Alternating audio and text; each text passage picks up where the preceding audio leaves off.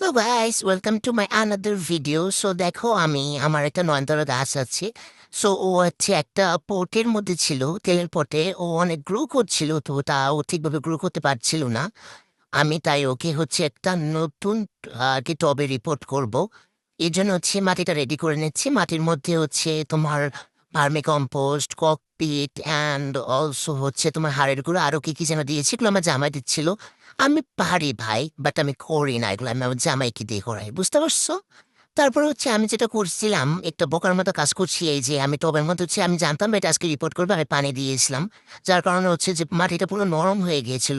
তো এটা অনেক সাবধানে করতে হয়েছে, আস্তে আস্তে। তারপর দুজনে কোনো রকম এটা আমরা নতুন টবে বসাইছি উঠায়, যাতে হচ্ছে যে শিকড়গুলো আঘাত না পায়। তো এটা মাটি টাটি সবকিছু দিয়ে দেন হচ্ছে ভালো করে রেডি করে নিতে হবে। রেডি করার পর আবার মাটি দিতে হবে। And here is the final look আমার গাছের। সো দেখো কত সুন্দর লাগছে ওকে নিউ টবে। তো আরো আমার অনেক গাছ আছে।